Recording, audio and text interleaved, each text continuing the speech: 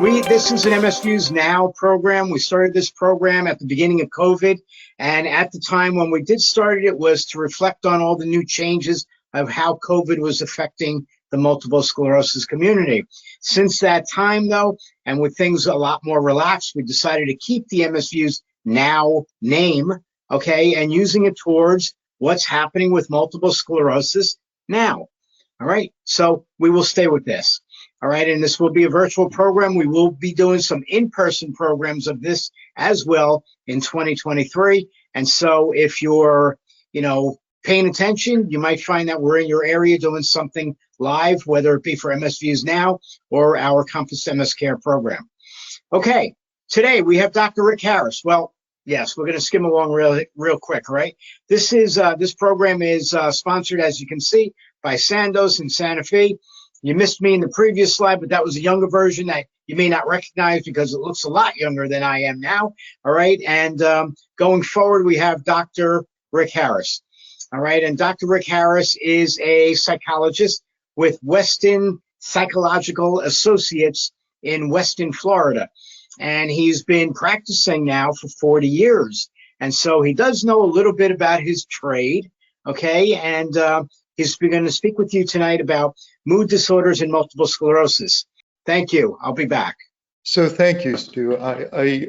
It's always an honor for me to be able to participate in these webinars for MS Views and News. And I really appreciate this opportunity to share some of my experience over the last 40 years that I've been in practice. One of my goals in always doing a presentation is that you walk away with at least something that enriches you or that you learn something. And as Stu said, if you don't get what you want from my talk today, obviously those of you that signed in are interested in the topic, please feel free to ask questions at the end of my discussion. One of my frustrations has always been when I go to a talk, I go for a specific reason. And if the speaker doesn't address my concern, I leave frustrated. I hope that none of you leave today's talk frustrated and that we have an opportunity to address all of your questions and concerns. So can I have the next slide, please? When we look at the challenges of chronic illnesses, we can see that they fall into 4 areas, if you would. We can see that one of the challenges is biological in nature. Another is psychological in nature, environmental and spiritual. And as you can see, the way this graphic is depicted is that there's a complex interaction between all 4 factors. And when we treat these challenges, it becomes important that we address all 4 of these, these factors. Tonight, we're primarily going to look at the psychological factors, the mood disorders in MS, and I'm going to touch a little bit on the biological factors. So next slide, please. So the next slide. So when we look at mood disorders are defined as sustained and pervasive emotions that influence our perception of self, others, and the world, such as depression or anxiety. Sustained and pervasive emotions that impact every aspect of our life. Those are mood disorders. We primarily look at mood disorders as depression or anxiety. In particular, MS, the research and the focus has primarily been on depression. However, anxiety is certainly another one of these disorders that we're going to address. Next slide, please. So what is depression? Certainly, we know that we all experience sadness. from time to time in our life. But what is the difference between depression and sadness? Sadness, as you know, can dissipate, and it does get better. Depression, if you would, is more of a long-standing disorder. And what are the symptoms of depression? Okay, the symptom of depression are depressed mood, diminished interest, weight loss or gain. And notice I say weight loss again, or gain. We all experience depression a little differently. Some of us may lose our appetite, and some of us may find that we tend to overeat. And one of the common symptoms of depression, it can be carbohydrate craving. Now, back up a little bit. For depression to be evident, we need to have at least 5 of these symptoms, and they must be present nearly most of the day or nearly every day for at least a 2-week period. Okay, so going back, we can either lose our appetite or we find that we're eating. Again, 2 different symptoms: insomnia or hypersomnia, difficult falling asleep, staying asleep, or for some people, they just want to sleep all of the time. Again, we all experience this mood disorder differently. We may be agitated or feeling as if we're leaden, that feeling as depicted in the character, it's so difficult to move or get started, or we can have feelings of agitation, or like I said, that feelings of feeling laden. Fatigue or loss of energy, most often nearly every day. Next slide. The other symptoms are feelings of worthlessness or excessive guilt or inappropriate guilt nearly every day. Diminished ability to think or concentrate or indecisiveness nearly every day. This is a real common symptom of depression, but it also is a symptom, as we know, it could be of MS and some of the cognitive decline. So it's important that we're able to discriminate. And one that can be quite disturbing is recurrent thoughts of death. Next slide, please. When we look at depression, okay, and we look at the prevalence rate among MS, the numbers are staggering. The prevalence rate has been reported between 25 to 54% of all patients with MS will experience depression. 50% of everyone, of all MS patients, will have one significant period of depression throughout their life. Okay, think about that. 50% of you all out there, 1 out of 2, will have a significant period of depression. When we look at these rates compared to other disabilities such as arthritis, spinal cord injury, muscular dystrophy, MS patients have a significantly higher rate of depressive episodes than other patients with epilepsy or motor neuron disease. Depression is often unrecognized due to the comorbidity of MS symptoms and the symptoms depression. So it really goes undetected because it's similar to some of the symptoms, right? that are consistent with the diagnosis of depression.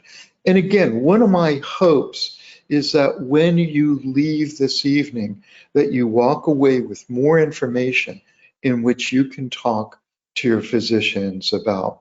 You know, I'm reminded I was at a convention and I was speaking and I happened to walk through the vendor booths. And there was a bunch of pharmaceutical companies, and this was very early in the marketing of pharmaceuticals on TV. And it just didn't make sense to me. And I asked the pharmaceutical rep, I said, why do you all advertise on TV? And the answer was to educate the patient so that they would ask their physician. And that's one of my hopes for you all, is that you walk away with some information that you're able to discuss this with your depression. When we look at the cause of depression, it's thought to be multifactorial. Little conclusive evidence to explain why depression occurs more frequently in people with MS compared to other chronic illnesses and neurological disorders. But we certainly know that there are different stages in which we see people to be more vulnerable to these feelings of depression.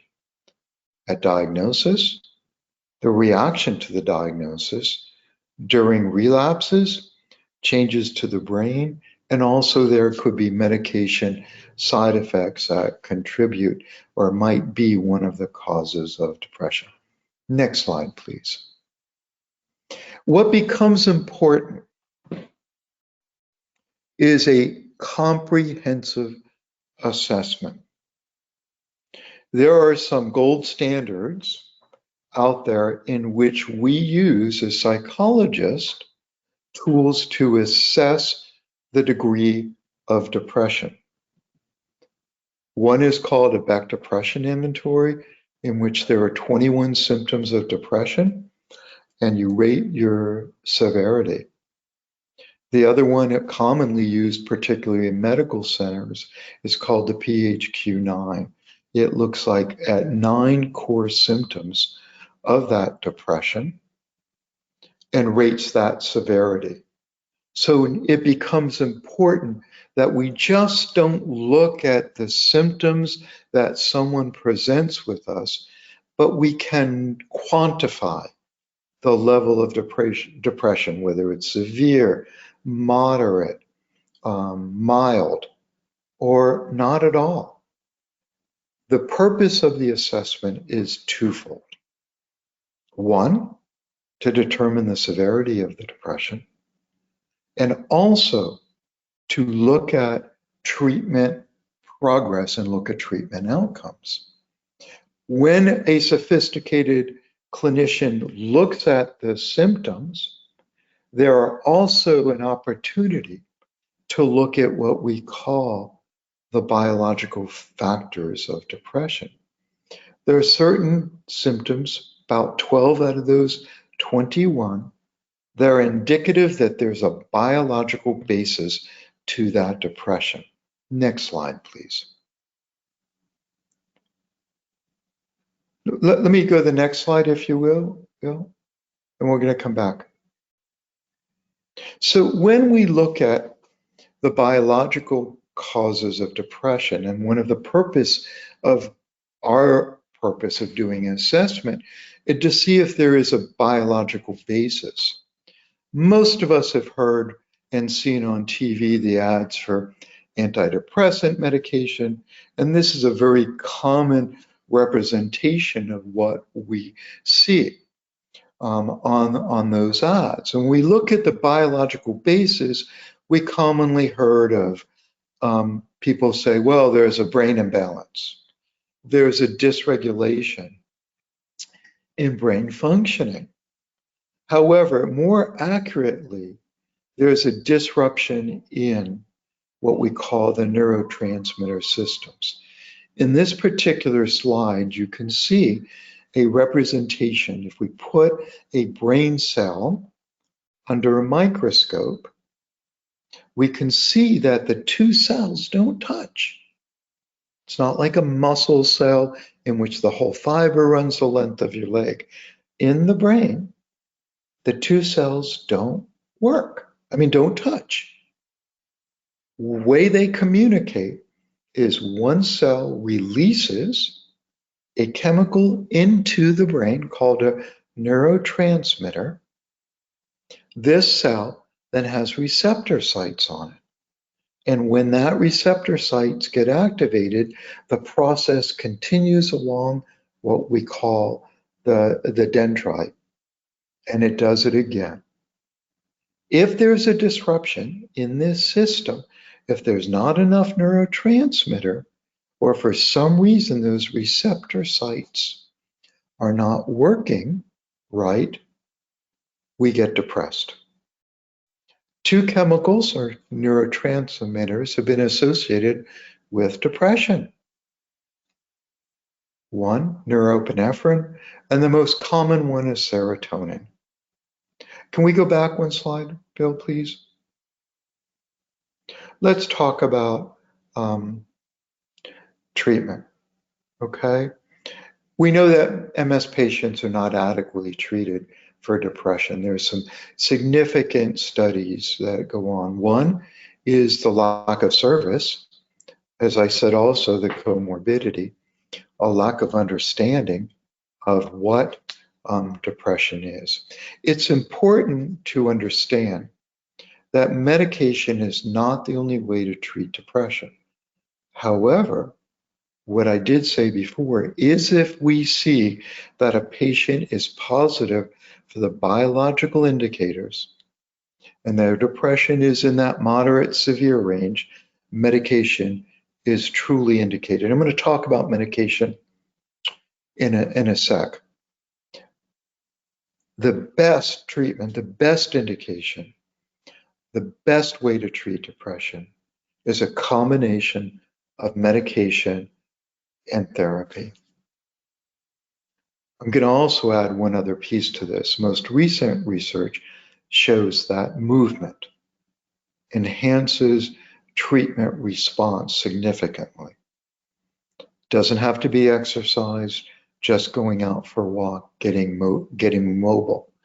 And that's really difficult when you're depressed because you primarily have a lack of motivation. So it's the old Nike logo, sometimes you just have to do it. Treatment uses a combination of addressing the problem and changes in that social support. Individual therapeutic interventions can be extremely helpful in the treatment of depression. Next slide, and then we're going to go on to the one after that too, Bill. Next slide, too. So when we see that medication is indicated, okay? Medications are the antidepressant medications. They can be tricyclics, norepinephrine reuptake inhibitors, serotonin reuptake inhibitors, or combination. When we see that medication is indicated, the statistics on medication response are pretty sad. There was a study done in 2000, I forgot when it was, 2010, when we looked at 4,000 patients. It was called the STAR-D study. What we found that only 27% of people responded to first trial of medication. Only 27%.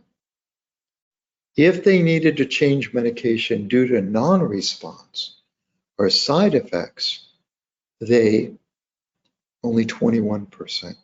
And it significantly decreases to the time you get to the fourth trial of medication. You see only 6% of people respond. Why is that? So often, the choice of medication is determined by the physician in talking to you about the symptoms. However, more recently, there are some things that we can do to increase the probability of that medication working. And that is what we call gene studying. We can literally take samples of an individual's saliva, swabs of their cheek, and send it off to be analyzed. And what this does, it looks at your personal genetic makeup and how you process medication. The better we process medication, the better we're going to respond to medication. Next slide. And what the results of the GeneSight study does, it puts medications into 3 baskets: significant gene-drug reaction, moderate gene-drug interaction, and uses directed. We obviously want to look at the uses directed column because that's where we're going to see the better treatment response and less side effects. In our practice, we have found that a larger percentage of people respond to the medications with a good treatment response and less side effects when we use the GeneSight as a direction into which medications are prescribed.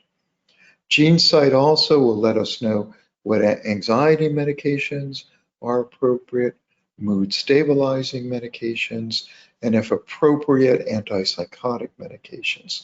The good news is this study is good for life.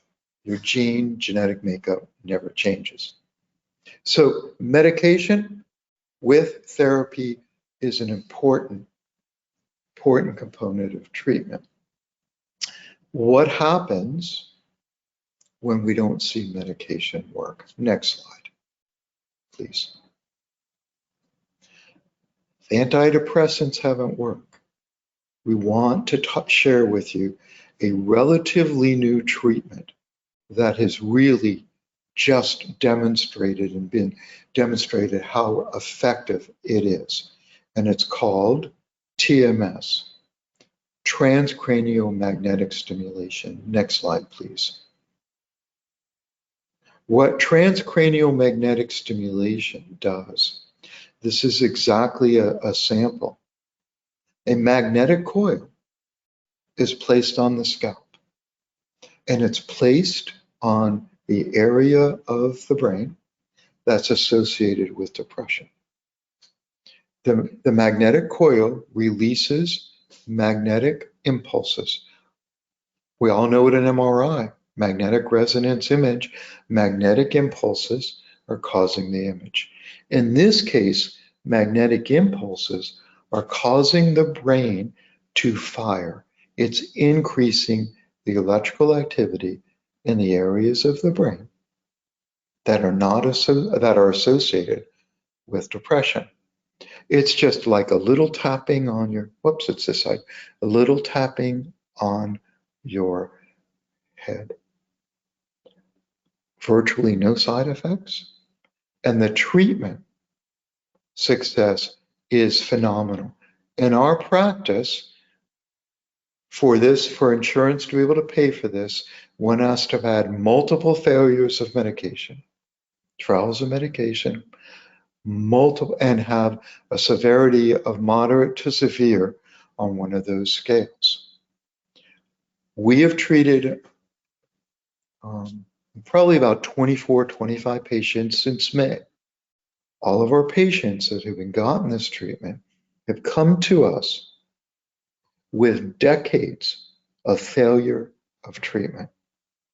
The average is 18 years that they've suffered with depression. The average number of trial of medication is 4 trials. That one test score I told you, a PHQ-9, The average score was almost 22. Okay? 22 is severe. When patients finished with us after the series of treatment, the average score was 3.7. We have seen 100% of our patients who've done this TMS have gone into remission. I am totally blown away by these results. I've served as an executive director of a neuroscience center. I personally have done research into the causes of mood disorders. This is a really innovative, effective treatment. My hope is that soon people will be able to choose this as a first line of treatment rather than have to fail it. Treatment. Next slide, please. So anxiety, as I shared with you, anxiety is also common among MS patients, and the rates range from 16 to 48%.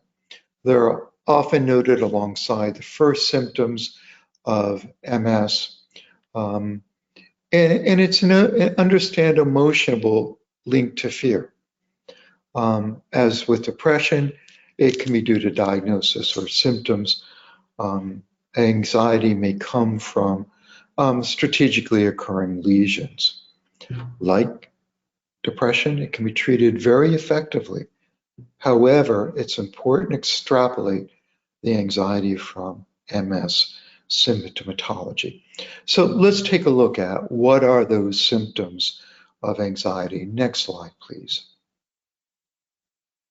So the symptoms in, anxiety can manifest in what we call panic disorder, obsessive compulsive disorder, phobias. The most common is what we call generalized anxiety. And generalized anxiety is the presence of excessive anxiety and worry about a variety of topics, events, or activities. And it persists for 6 months. The worry is experienced as very challenging and difficult to control. The anxiety is also associated with at least three of the following physical or cognitive symptoms: edginess or restless, difficulty sitting still, tired easily, more fatigued than usual, difficulty concentrating, or feeling as though your mind goes blank. So often I work with, adolescents who are in school and they have performance anxiety. And they'll share with me when they're getting ready to take a test, their mind goes blank. Irritability, increased muscle aches or soreness, muscle tension. Typically, difficulty sleeping is trouble falling asleep or staying asleep, or restlessness, or unsatisfying sleep. Next slide, please. The anxiety or worry is associated with symptom that makes it hard to carry out day-to-day activities. It can cause problems in relationships or at work. And they're unrelated to any other medical conditions. And they're not explained better by a different mental disorder. Next slide. So let's talk about treatment. But again, just like I shared with you, assessment is important, right? With depression, it's also important with anxiety.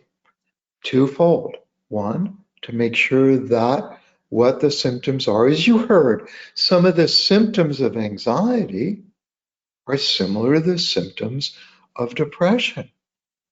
So assessment becomes extremely important as well. Okay, again, for differential diagnosis and for treatment planning. When we look at the treatment for anxiety, the National Association of Anxiety Disorders says that cognitive behavioral therapy is the most effective treatment for anxiety disorders. Cognitive behavioral therapy is learning to change our thinking. Remember, one of the core symptoms of generalized anxiety is worry, anxiety. If we can teach someone to stop worrying, cognitions change their thinking, then we decrease the levels of anxiety as well. So cognitive behavioral therapy, so those of you that are seeking help for anxiety, make sure that the clinician is using what we call CBT, cognitive behavioral therapy. As I shared with you, there is a biological piece to depression. There's also a biological piece to anxiety. It is my belief that that central nervous system of someone who experiences anxiety is a little more jazzed than the typical person. We all know the fight or flight syndrome. When we're faced with danger, our body has a reaction. It's called the sympathetic nervous system, and it gets us ready to either flee or fight the particular situation we're in face of danger. My experience is those individuals that have generalized anxiety disorder, their baseline of their sympathetic nervous system is a little higher than the typical person. So if I worry or if I'm faced with an anxious situation and I have anxiety disorder, I go from here to here. My nervous system is the Ferrari of nervous systems, where the typical person goes from here to here, and they're better able to logically think through it because their body's not responding.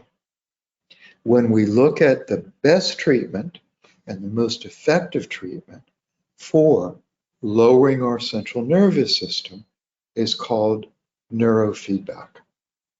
Neurofeedback is a form of treatment that's been around since the 70s. Neurofeedback is a form of biofeedback. Biofeedback is a simple process of feeding back to us biological processes not normally under our control. My iWatch is a simple form of a biofeedback instrument. I can look at my heart rate, and if I desire and say, I want to lower my heart rate, I can learn to lower my heart rate by just observing my heart rate.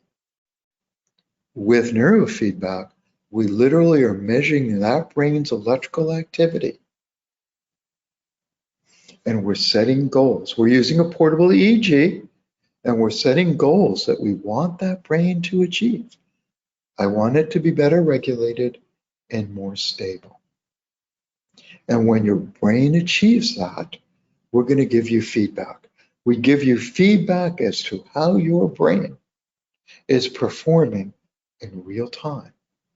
And the way we do this is fascinating. Electrodes are placed on your head.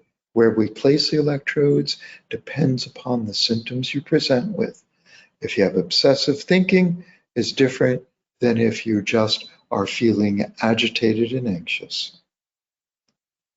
We measure electrical activity, set goals, want the brain to be regulated and better and more stable.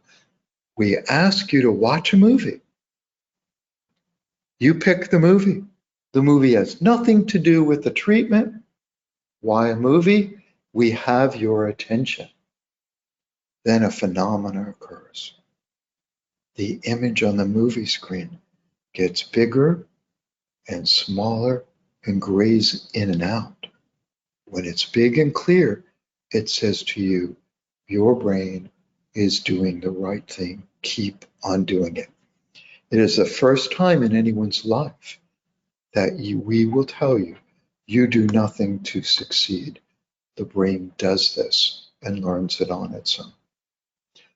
My adult patients who've done this report objectively a decrease in anxiety on one of those assessments by 50% pretty consistently after just 20 sessions. All of my adult patients, whether they come to us for migraine headaches, insomnia, whatever they come to us, report they just live in a calmer place and a less emotionally reactive. Next slide, please.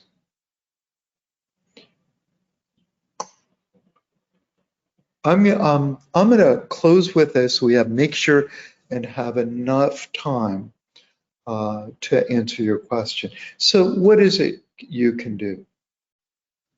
First of all, we certainly know that there's basically two coping styles. When we look at people who are successful at coping with chronic illness and those that compare to or not, one is the problem-solving approach, the other is emotional reactive. It is absolutely important to try to adapt the problem-solving approach.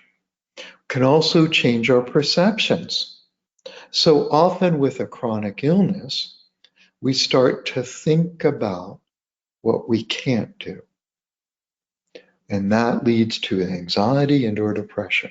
So changing our perceptions and looking what we're able to do becomes so important, changing that thinking. And I'm going to close on this last thing.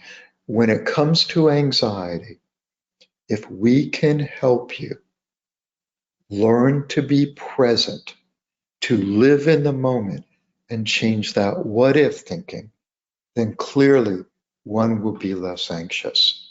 And that's a skill that needs to be acquired. And if you notice, it's important to try to live in the moment.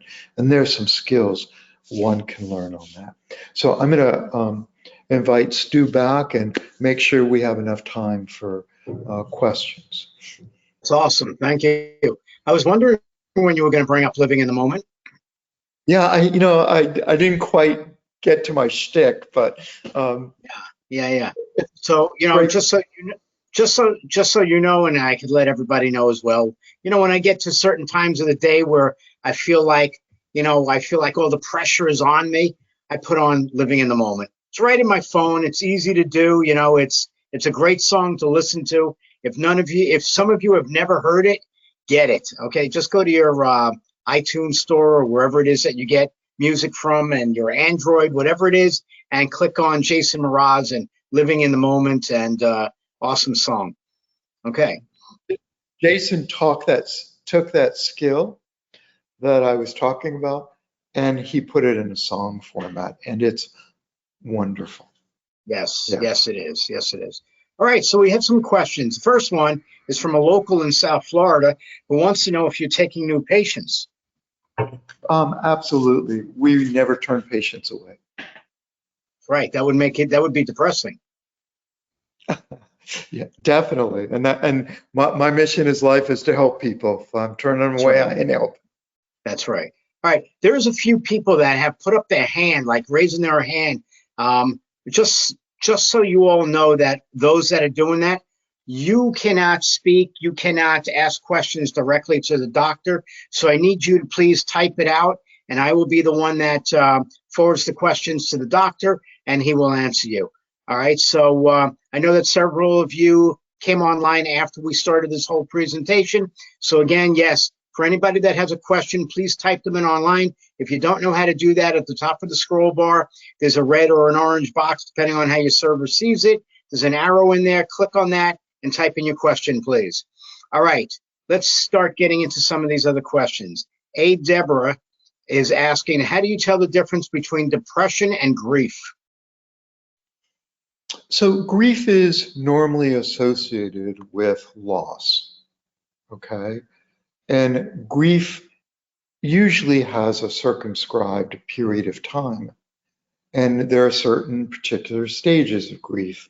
Elizabeth Kubler-Ross addressed those stages, and we typically or normally walk through those stages. However, if the grief persists, it can become depression.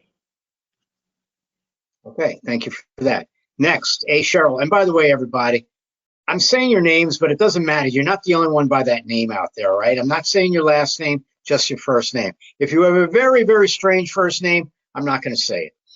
Okay.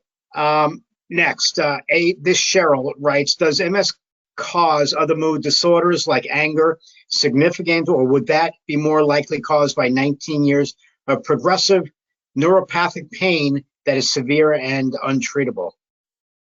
So anger is not a mood disorder, if you would, right? But certainly with some mood disorders, some we didn't even mention, like bipolar disorder, anger, rage episodes can be a symptom of that. Certainly, if one is losing function or chronic pain or loss of, functioning, a normal reaction is that anger. And that's where it becomes important to have a support system to be able to talk about that so that you're not taking it out on loved ones or other people. But it certainly is an expected reaction. Okay, thank you. A person named Yvette is asking, how much more likely are people with MS to get mood disorders? As I said, the incidence is much higher for depression. 50% of people with MS will experience one depressive episode in their life. And again, when you compare that to other chronic illnesses, the incidence among MS is significantly higher with no explanation why. Correct. So it's actually, you could say that MS the disease itself could cause depression rather than the person being depressed from, and also a person being depressed from actually just being diagnosed. So if you remember, that's not fair. Remember the slide in which I looked at. That's why I did that, Stu. Right. When we look at that slide and we can look at the biological causes, the psychological causes of depression, and the environmental causes. That's and again, right. It's a complex interaction. Now, do the lesions affect the neurochemistry of the brain? Most likely. Do they cause depression? We don't know. That's one of the reasons why good assessment becomes important, so that if there is a biological basis for the depression and medication is indicated, that is substantiated through assessment. Great. Thank you for that. All right. A question to ask, there's no name with this. Are people with MS more susceptible to getting bipolar disorder and cyclothymia? So cyclothymia is someone whose moods cycle, right? But they don't go like this with bipolar disorder.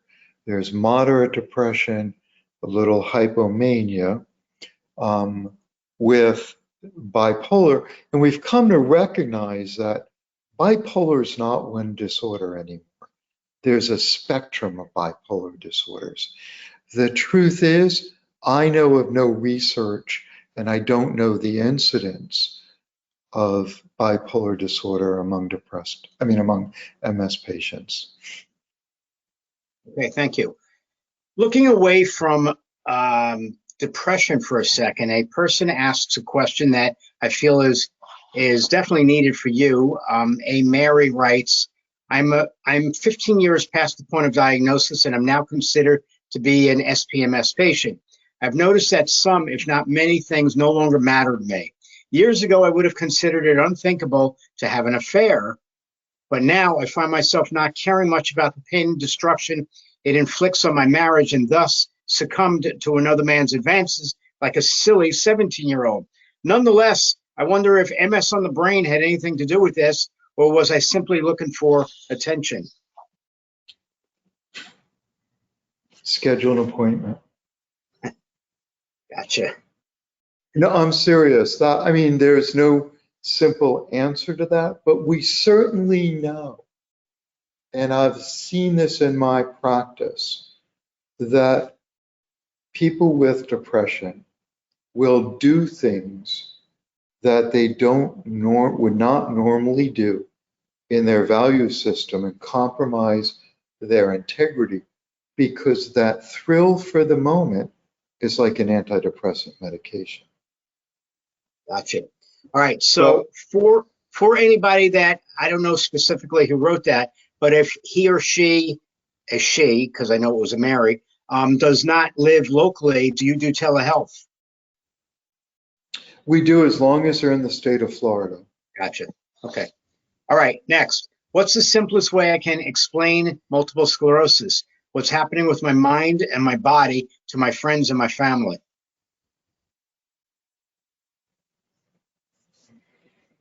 The simplest way, wow. Just be honest. And again, this is the simplest way is, there's some really good recommendations on the MS websites on how to share that information with friends and family.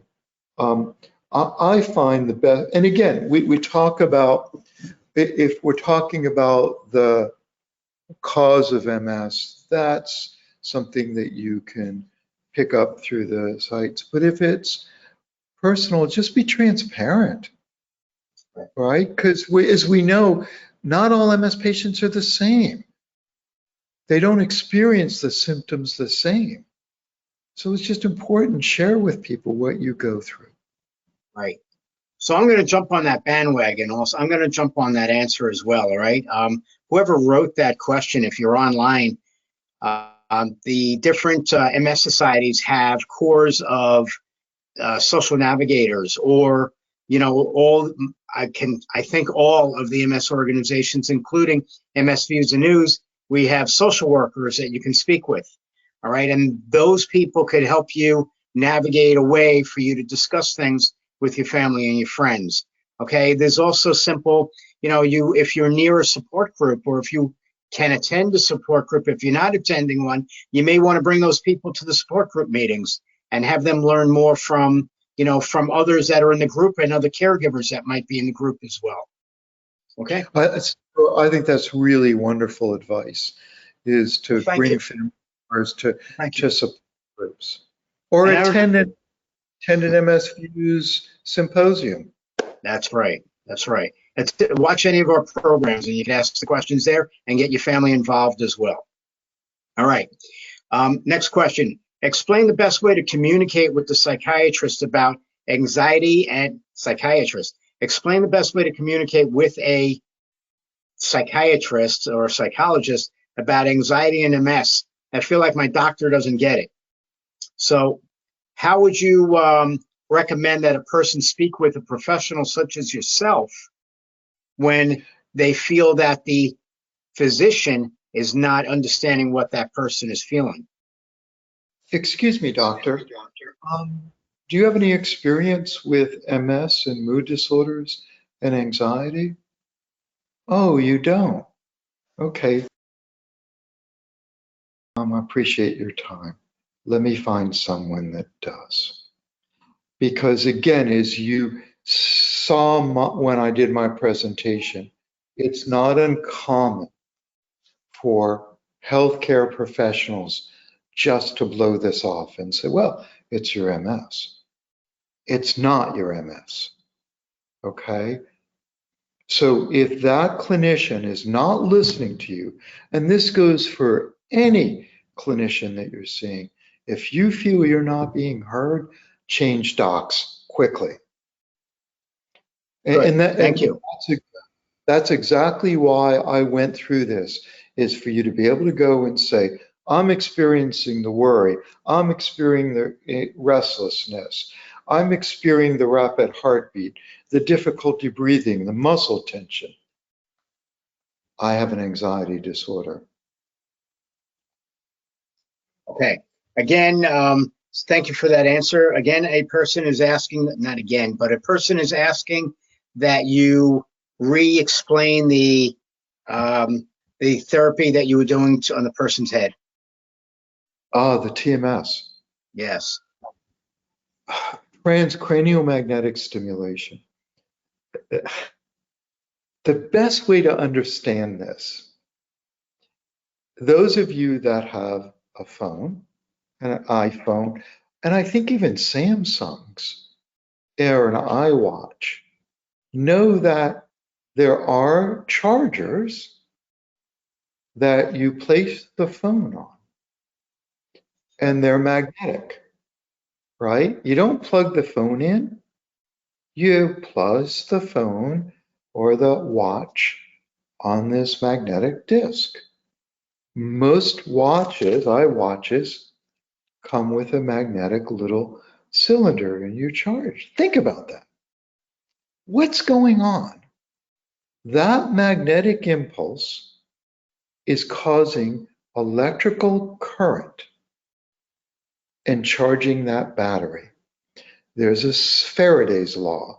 When you put a magnet next to a wire, it will produce electrical current.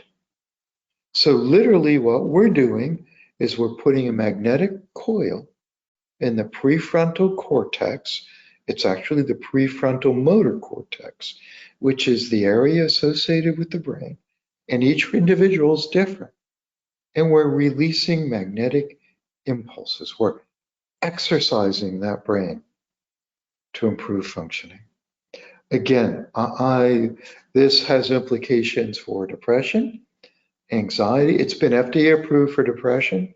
It's been FDA approved for anxious depression and FDA approved for obsessive compulsive disorder. Great, thank you.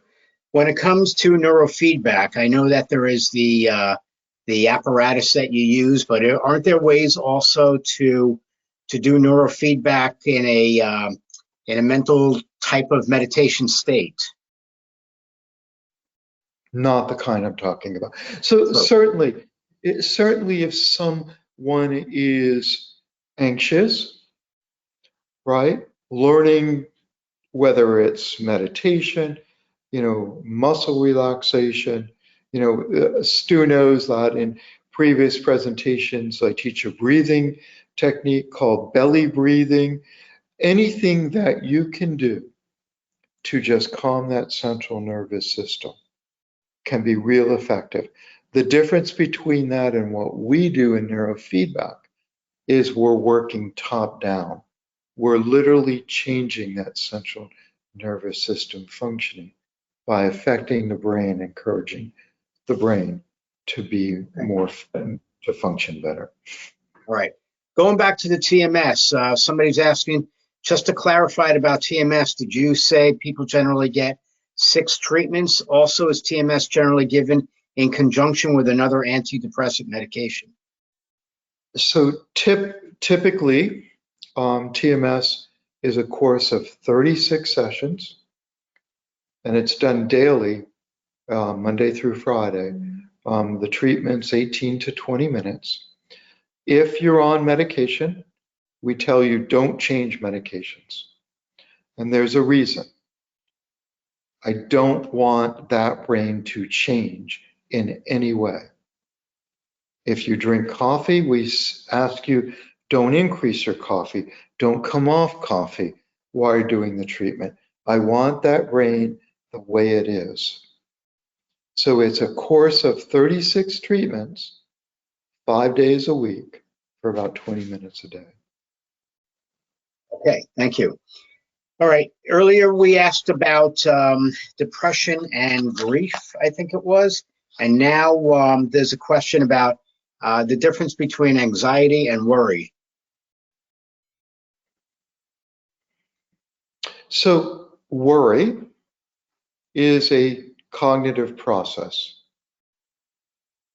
And one of the symptoms of anxiety is worry, right? So I can worry, but if I don't have all of the symptoms that we talked about, it does not necessarily reach an anxiety disorder. Worry, if you think about it, is always precipitated by what if thinking. And what if thinking is the thinking that puts us out in the future, which we don't have control over. And so if I'm a what ifer, I'm causing myself anxiety in the moment. And that's where we kind of touched on a little bit as Stu talked about of living in the moment or being here now is the antidote to worry. Because the truth is, you and I know worry serves no purpose. It doesn't change a damn thing. It doesn't help us except cause us to be more anxious and more stressed. That's true. Okay, next question goes back to TMS. How expensive is TMS if needing 36 treatments? So most insurance cover whatever deductible or your copay is. I just looked at someone's insurance today, and they had a $10 copay per session. So for them, it'd be $360. Typically, if you don't have insurance coverage, the cost can be around $7,000. Okay, thank you. Next, how important is a neuropsych baseline evaluation, and how soon after diagnosis should it be completed? That's a real good question. We need a really good answer. Yeah, I'm working on it. Gotcha. Working on it. So we have to look at, always look at what's the purpose. A neuropsych evaluation, for those of you that don't know, is a battery of tests that looks at basically cognitive functioning. It may look at abstract reasoning, and it may look at memory, problem-solving ability, planning ability. A neuropsych eval, if we wanted to monitor disease progression, would be really helpful at baseline or at diagnosis, and then periodically throughout the disease. It can also be helpful if we're having other issues to help do a differential diagnosis. But again, I always want to look at what's the purpose of the evaluation. But if we're wanting a baseline of cognitive functioning and to monitor the course of the disease, it could be helpful. And I'd want to get it as close to diagnosis as possible to get that true baseline. Okay, thank you. All right, I have a question for you that has been brought up by a lot of different people that I know. It also affects me. It affects just too many of us in this age category. So a lot of us are dealing with our issues with multiple sclerosis, and we're also now dealing with our parents' medical issues that are older than us, okay, and that, we're trying to carry their depression while they're ill, and it adds to a lot of our moodiness. And how can you help us to be stronger about it? I'm going to reframe. I'm not sure being stronger about it is the answer. I think, there's a bunch of research looking at the toll of taking care of parents has on us. And so it's almost like important that we learn self-care and taking care of the caregiver. So it is literally making sure that you're taking care of yourself, whatever that means. Does it mean a respite, a break? Does it mean, going for a walk, or just sitting and listening to music? It is so important, particularly when we also might be experiencing or having an illness ourselves. You've got to take care of yourself. Right. Thank you for And that. that's so hard to do because, we tend to neglect ourselves. That's true. And thank you for that. So, online, I see the list of everybody online, and I could see a lot of the names. And I know that a lot of the people here are going through with what I just mentioned, and myself included. And so I did want to bring that up. I hope that everybody did hear your answer, because I think that is quite beneficial. Quite. Okay. All right. Next, person asks, can you diagnose someone simply from a telehealth visit? Yeah. Yes. Okay. That's a good answer. Nice and short. That was easy. All right. That was an easy. Exactly. All right. Next person, similarly to what I even asked just a few moments ago, a person is asking, how does he or she control their emotions?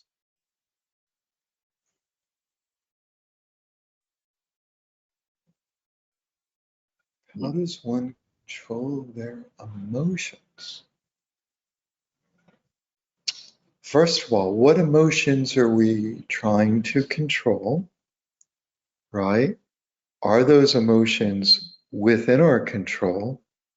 Like I shared with depression, there might be a biological basis. I can't tell you how important, COVID has really brought to light the mental health crisis in this country. I can't help tell you how it's important to find someone to talk to. If you're having difficulty controlling your emotions, I really don't know what that's about. It's important to find out what that's about. Is it anger? Is it crying?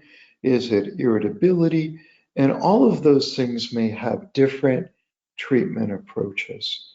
So it becomes real important. Please seek help. Right. Thank you for that. All right. Next, a person is asking, her name is Debbie. How do you tell difference between, oh, we've already did that one, depression and grief. Sorry. See, I forget too, and I read. Oh, if I don't erase, I read again and again. All right. Next, can moods be controlled by medication, or do you ask that people try the alternative approaches first? Again, assessment, evaluation become important. My feeling is if I'm dealing with a biological component, I'm doing that person a disservice by just doing psychotherapy with them. That the best approach is that collaborative approach. So that's where assessment becomes so important. Because I will tell you, one of the most frustrating things from a patient's perspective is to be depressed, to go into therapy and work your butt off, have aha experiences, and disclose things and still feel like crap. Right? Because that Correct. biological piece was not recognized and dealt with. That's correct. So hitting off of what we were talking about before with taking care of your own emotions and who you're dealing with family, somebody just wrote to me, it's so frustrating. You want to take care of yourself, but you worry about your family and take care of their needs and don't take care of yourself. And so that goes back to, why I asked what I asked you. So No, and that's so common, but you have to realize something. Without taking care of self, you will eventually be no good to anybody. And by taking care of self, you reframe that, you're taking care of others. It's a different way to look at, so often I hear, I can't do that, that's selfish. Well, look up selfish, right, in the dictionary. Selfish is doing something for you at the expense of someone else. Taking care of self is different than selfish. Thank you. All right, next. I've had MS for 27 years, and I find that I often have trouble with impulse control. Examples are unplanned purchase decisions and blurting out responses during conversations that I would normally keep to myself. Is this normal or, with MS? So certainly with one of the symptoms of MS is some cognitive decline, whether it's memory, impulsivity. It could be part of MS, but it also could be symptoms of other things going on. That's right. A lack of executive functioning. It could be a mood disorder. Again, evaluation becomes so important. That's good. Thank you for that. All right. Got 2 questions remaining currently. Unless others wake up out there and start typing in your questions, we may not get to your actual question if you don't type it, because somebody else may not know your question. Okay. Nicole asks, how long of feeling depressed before you seek medical attention? One moment. The longer the depression persists, the more resistant it is to treatment. Don't wait.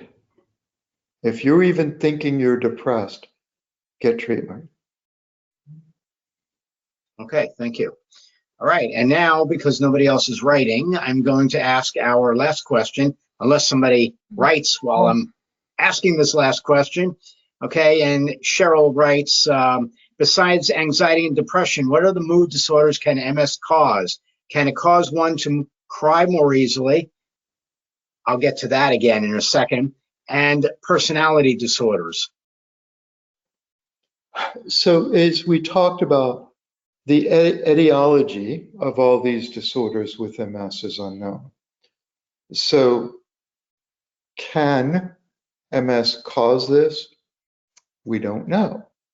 But certainly it would not be uncommon or unthinkable to think that one would cry often. And then again, we need to understand, what is that crying about? Is it appropriate? Is it tied to crying episodes associated with depression or mood disorder? So it becomes, again, important to take a look at that, no matter what the cause is. Right. So, just because it was said about the crying, there is a disorder associated with multiple sclerosis, and I looked it up real quick while you were answering that question. It's called the pseudobulbar effect, PSEUDOBULBAR affect, or PBA. All right, and it is associated with people who have MS and other disorders, where you have bouts of crying and or bouts of laughing. Okay, uncontrollable crying or uncontrollable laughing. So, do you know any way to treat PBA? If I remember correctly, and I think I learned this at one of your symposiums. There, honestly, I mean, that's what's so awesome. For those of you that have not been to a symposium, here I am, a doc with 40 years experience, sharing with you that I learn stuff all the time. I believe, Stu, there's a medication. I believe there is. Well, I know there is. So I was asking you if you know what it was, but I'm not going to answer that because before somebody just thinks that this is what they have, they should speak with their doctor. And then your doctor will tell you what the medication is if he or she believes that it's pseudobulbar that you have. Okay? So I'm just going to stay safe about it, and I'm staying out of that ring, but I wanted to just tell you about the uncontrollable laughing and crying. All right. Next, Kevin is asking, how long before we know Wellbutrin isn't working anymore? It's a really good question. If you're feeling depressed or any of the symptoms I shared with you, medication ain't working. I mean, I have seen in my practice people come in that have been on, Wellbutrin, Prozac for, 20 years. And I have them take one of our assessment and they're still severely depressed, right? But they've come to accept that that is a way of life. One of the things that is so fascinating to me is when we do, the TMS, we're treating people that have had, chronic depression and multiple treatment failures. And some of them come to me and say, I don't know how to live life. I feel good now. I don't know who I am. I've been this way for many years. So it's important, if you're even questioning it, the Wellbutrin not working, ask, get help, because most likely it ain't. Right. Thank you for that.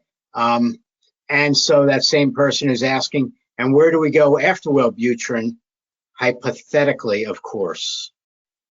So again, I shared with you the latest, greatest. We look at genetic makeup and we match medication to your own personal genetic makeup. That's where you go. Okay. I'm laughing right now because although I said earlier that we had one question remaining and nobody was waking up and asking their questions, we now have about 6 or 7 more. Okay. So I hope your bladder is okay, and we will continue from here. All right. So going back to the people who were not, who aren't taking care of themselves because they're too busy taking care of others. There's a person that wrote, I have major depressive disorder and anxiety for years. I've neglected self-care and let life pass me by. I've cried so much I don't think I have any more tears left. What would you suggest for that person? I would say, forget about the past. There's not a darn thing you can do to change that, but you can change that today, right? We can't change what happened. We can't go back and give ourselves the years we missed. But we can do something about it today, in this moment. Do something. There's no reason anymore for anyone to live with depression, with what we see out there, what's going on. Okay, thank you for that. Now, a person is asking if the treatment that you have on TMS, is it available in Europe? Yes, it is. Okay. And another, Europe doing some really cool things.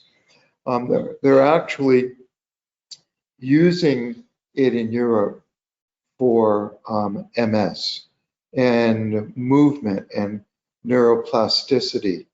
It's not FDA approved here, but it is being used in Europe. I was just reading a research study earlier this evening about that.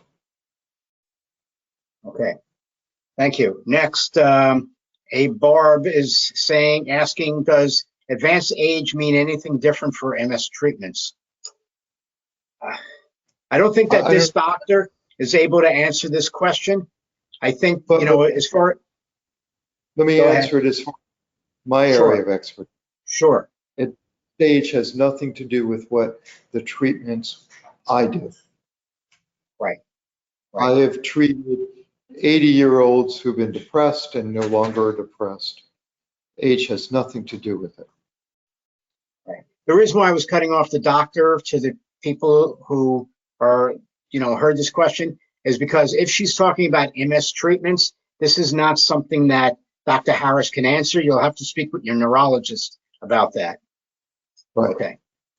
All right. Next, Mary is asking, are a lot of people with MS on antidepressants, anti-anxiety meds, and are any on Adderall or drugs like this for fatigue?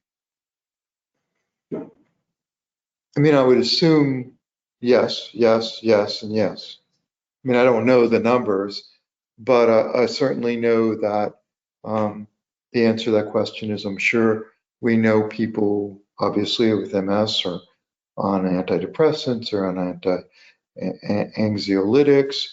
We certainly know that Adderall stimulants have been used for fatigue and concentration. Yes. But again, make sure it's an appropriate use of the medication. You know, one of the problems we see, at least in the psychiatric field, is medications get thrown at symptoms, not disorders. Meaning, well, I'm not sleeping. Well, here's a sleeping pill. Well, I'm anxious. Here's an anti-anxiety pill. Well, I'm sad. Here's an antidepressant pill. Oh, my mood is a little unstable. Let's give you a mood stabilizer, without truly understanding what the real issue is and treating that. Good. Thank you for that. Next. I don't know if this is a question or not. I'm going to read it anyway because it would be wrong if I didn't say this for this person. And she writes, what do I do if I'm alone? I have no human beings in my life. My healthcare team has blown me off, and even the MS Center and National MS Society have as well. I'm struggling and I need help, but it just hit a brick wall. I lost everything 10 years ago, and the healthcare I had was amazing. I had every therapist and test possible to nothing. I would think the same healthcare system would continue with the same care, but I've had none. Breaks my heart, right? The best thing you can do, I think, and Stu shared with you that, you know, a lot of the MS associations, including MS Views, has a social worker. And maybe they can help you find some resources. Online support groups right now. Find a psychologist, a therapist to help you navigate this crisis in your life. And I'm so sorry you're going through that. Okay, thank you for that. Next person writes, okay, Kevin. Kevin's asking a question. It's not for you. I think it's more for me. To please post the link to revisit the recording if there is one. Of course there's going to be one. There always is one. The problem, though, is that I still have to publish things from October. We have been so overwhelmed, fortunately and unfortunately. Unfortunately for the people waiting to see the programs, fortunately for those that have been visiting and watching all of our programs live and online, that it's great. Okay, so we're able to provide all these things, but me and our producers, our editing teams, we are far behind, but we will get there, hopefully soon. Okay, so Kevin, I hope to be able to get this online in the next 2 weeks, all right? Hopefully. I can say that about everything, but we'll see if it happens, okay? All right.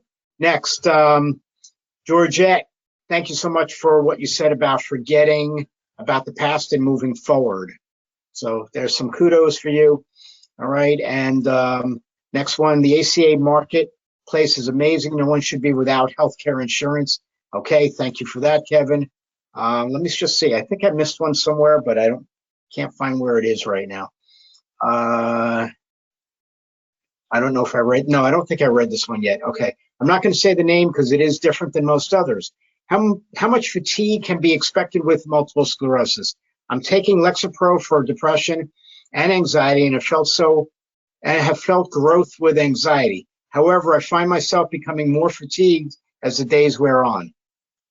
So we want to take a look at, first of all, is that a side effect from the medication? Lexapro can be fatiguing. However, we certainly know, and I forgot, I mean, I've done, for MSQ the News, I've done presentations on cognitive decline. And if I remember correctly, 80% of all MS patients will experience severe fatigue. 100% of MS patients will experience fatigue at some point during the course of their illness. And the causes of fatigue are often related to the physiological changes associated with the disease. But as you know, I also said fatigue is part of that depression. So it becomes important to go back and get an accurate assessment, because certainly fatigue is probably the most prominent symptom associated with MS. Correct. That is correct. Okay, and now I can clearly say we are out of questions. So, Dr. Harris, I want to thank you for being online with us tonight. I want to thank you for everything that you've done for the MS community this year with our programs and all the previous years since I've known you. Dr. Harris has been doing programs with us since I think we first began back in 2009. So I'm just thankful that he's still around, that, you know, can do these programs with us. All right. And I want to thank everybody that is online. It is holiday season. I know that some of you are just getting depressed because it's the holidays and you can't get out and buy something that you may want to buy for somebody, or you can't see somebody. So before we end the program, what do you want to say to people who are having holiday blues? Look at what you have, not what you don't have. Be grateful. Gotcha. That's a good one. That's a great one. Awesome. Thank you for that. All right. Thank you. So, go ahead. I said, thank you. And I really appreciate all of the questions. It really made it dynamic. And thank you all. And hopefully we addressed some of your needs and questions. Awesome. Thank you very much again. And everybody, again, thank you all for being here. Adios. Have a great time. Thank you.